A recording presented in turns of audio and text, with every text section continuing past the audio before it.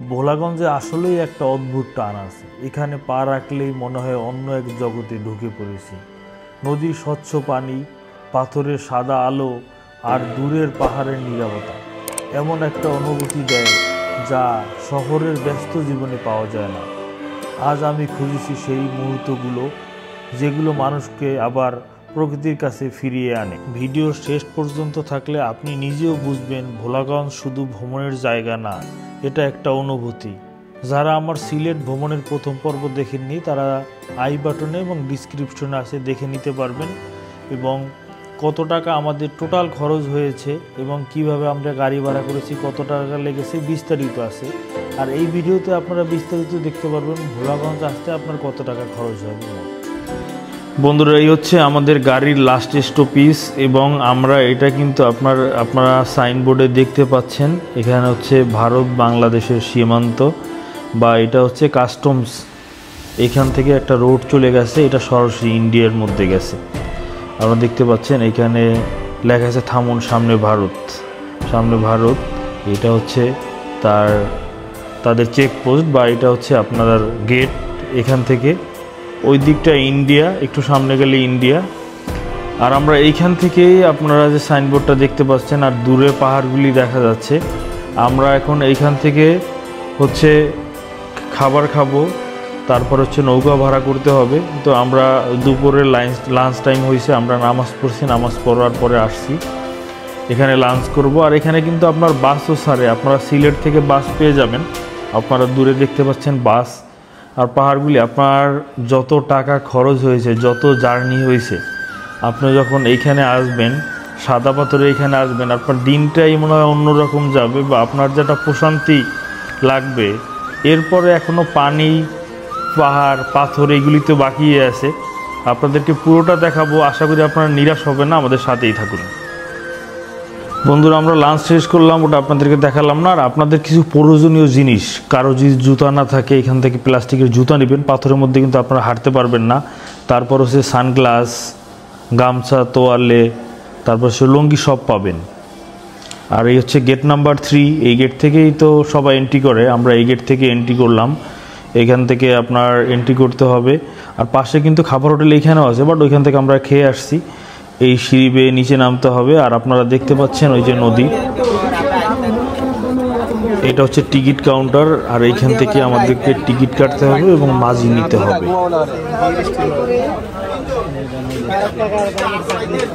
আমরা সাদা পাথরের এইখান থেকে টিকিট কাটলাম। টিকিট কাটার পরে যে ভাইরা যারা লাইন দিয়ে দাঁড়াই আছে, আমরা মূলত নৌকার মাঝি। তারপর আপনাকে টিকিট দেবে, টিকিট দিলে আপনার লোকজন নিয়ে সর্বোচ্চ 8 জন উঠতে পারবেন একটা নৌকায়, 800 টাকা ভাড়া। আপনাদেরকে এরকম একটা টিকিট দিবে। টিকিট দেওয়ার পরে যে আমাদের মাঝি ভাই আমাগুলোকে যাইতেছে, উনি আমাদেরকে নামাই দিয়ে আসবে। তারপরে আবার ওনার ফোন নাম্বার আমরা নিয়ে নিব, আমাকে ফোন দিয়ে উনি আবার আমাদেরকে আইসা নিয়ে যাবে। এখান থেকে এরকম ট্রলার রাখা, যে কোনো একটা ট্রলার, ওনার যে ট্রলার সেই ট্রলার আমরা যাবো। এই যে পাশেটা দিয়ে ওঠেন, সাইডে গেল, দেখেন অসাধারণ দৃশ্য, মন ভরা দৃশ্য।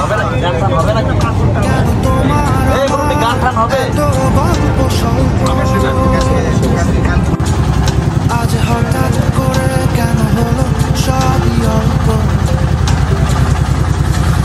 দেখো দূরের আকাশ একা কাঁদছে তোমায় ভেবে। আল্লাহ, কোনো পাথরে তো দেখি না ভাই।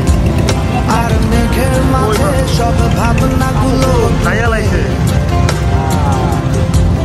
কেন তোমার চোখে আমার স্মৃতি, আজ হঠাৎ মন দিশেহারা ঘুরে ঘুরে, কেন পারি না ভুলতে পারি না আজও তোমাকে। ভাই, ঘোড়া ভাড়া কত ঘন্টা হিসেবে? ও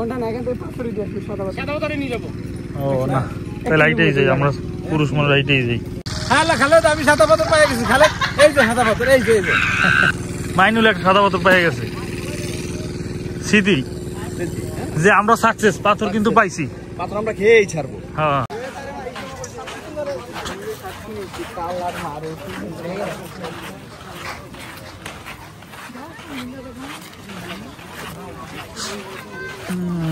চলে আসলাম সাদা পাথরে।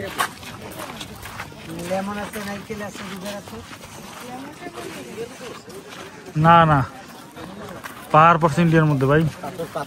এই যে চলেছেন ভাই, পাথর কিন্তু পাইছে, করতেছে। আসো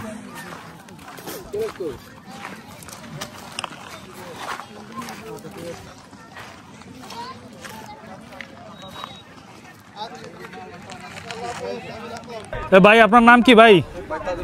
তাজুল ইসলাম ভাই। এই যে লকার 100 টাকা করে। আমরা আমাকে লকার কোনটা তালাই? যে 4 নম্বর, উপর থেকে 4 নাম্বার, নিচ থেকে 3 নাম্বার না? ওকে ভাইয়া, ঠিক আছে। এখানে আপনারা যারা আসবেন তারাও লকারে রাখতে পারবেন, 100 টাকা করে লকার। এখানে আপনারা যারা জামা কাপড় প্যান্ট নিয়ে আসেন নাই তারা কিন্তু এখানে কিনতে পারবেন, টেনশনের কিছু নাই। আপনারা এখান থেকে একটা গেঞ্জি, একটা প্যান্ট কিনেও কিনতে নামতে পারবেন। কেন অবাক হয়ে আমি পথের বাঁকে দাঁড়িয়ে, তুমি জোছনা হয়ে একা কোথায় বলো হারিয়ে, কেন তোমার আমার এত গল্প স্বল্প। যখন বর্ষার ভরা মৌসুম থাকে আপনি কিন্তু এই সব জায়গায় পানি পাবেন, কিন্তু এখন এই সব জায়গায় পানি নাই।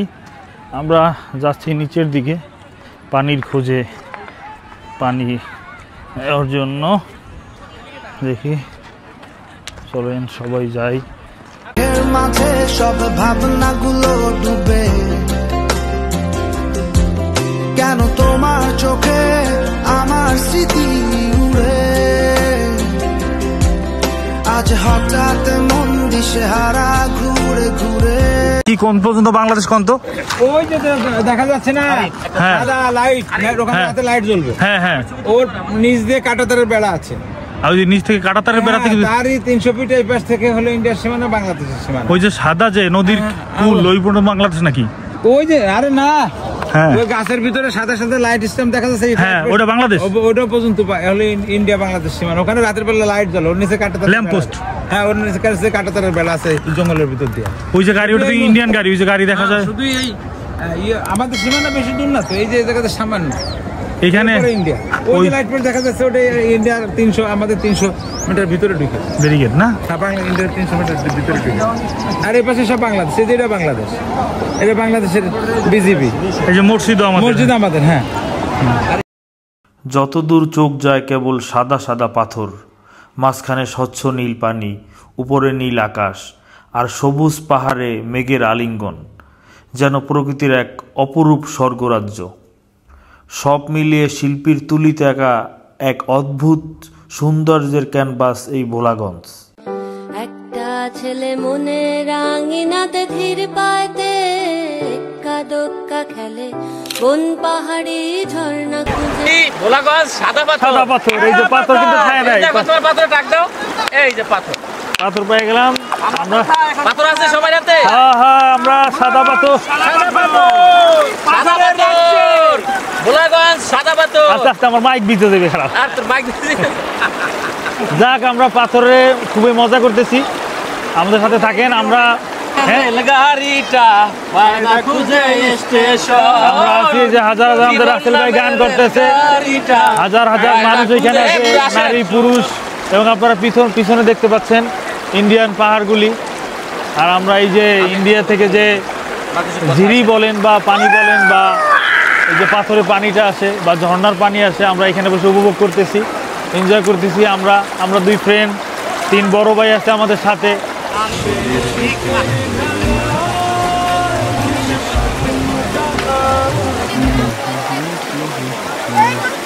এই যে আমরা এখন পানিতে আনন্দ ফুর্তি করতেছি, পাথরের বুকে শুয়ে আছে আমাদের বন্ধু আরিফ, বড় ভাই হচ্ছে বিপ্লব এবং রাসেল। খুব চমৎকার একটা ভিউ। তুমি হৃদয়ে লুকোনো প্রেম মিশে থাকা গভীর মুগ্ধতায়। বন্ধু, আমরা ভোলাগঞ্জ এই যে সাদা পাথরে আছি, এখানে আপনারা দেখতে পাচ্ছেন এটা হচ্ছে এই নদীটার অপোজিটে, যেটাই নদী বলেন, খাল বলেন, যে যা বলেন, বা ঝর্ণা বলেন, ঝর্ণার পানি বলেন। ওই পারে যে মসজিদটা আছে, এটা বাংলাদেশের মসজিদ, ওইটা বাংলাদেশের লোকেশন। ওই যে দেখেন বাংলাদেশের একটা পতাকা আছে, বাট আমরা সাধারণ জনগণ যারা আছি তারা ওইখানে যেতে পারি না। আউটলাইন এটা হচ্ছে ওই যে আউটলাইন ওইদিকেই করা আছে, বাংলাদেশের মানুষ আছে, ওটা মনে মেবি সম্ভবত বিডিআর ক্যাম্প। আর এখানে যারা আছে তারা শুধু নামাজের জন্য, সাধারণ মানুষ যারা আছে নামাজের জন্য ওই পারে যাইতে পারবে, এছাড়া কেউ ওই পারে যাইতে পারে না, যায়ও না, যাওয়া সম্পূর্ণ নিষেধ। জীবনে তুমি কাছের দেয়াল কারণে যদি হবে পাথরের পর্ব শেষ করে অনেক এনজয় করলাম এবং খুবই ভালো জায়গা, সবাই খুবই মজা পাইছে আমরা যারা ছিলাম। এখন এখান থেকে আমরা যাচ্ছি আমাদের সিলেট শহরের গন্তব্যে। এখন আমরা বের হচ্ছি, লকারে আমরা আমাদের প্রয়োজনীয় জিনিসপত্র রেখেছিলাম ওইগুলো নিয়ে যাব। খুবই এনজয়েবল জায়গা এবং পাথর খুবই পিছিল, যারা আসবেন সাবধানে, অনেক স্লিপ কাটে এবং এখানে এখন পানি কম আছে, খুবই কম আছে বলতেছি যে এটা নদীর মতো, ওইটা থেকেই পানি পাবেন, অন্য অন্য জায়গা থেকে এখন পানি পাবেন না। ভাই কেমন দেখলেন এই জায়গাটা? আরিফ, এক কথায় বলতে গেলে অসাধারণ, অসামান্য সুন্দর। কিন্তু আমার একটা মানে উদ্বেগের জায়গা আছে।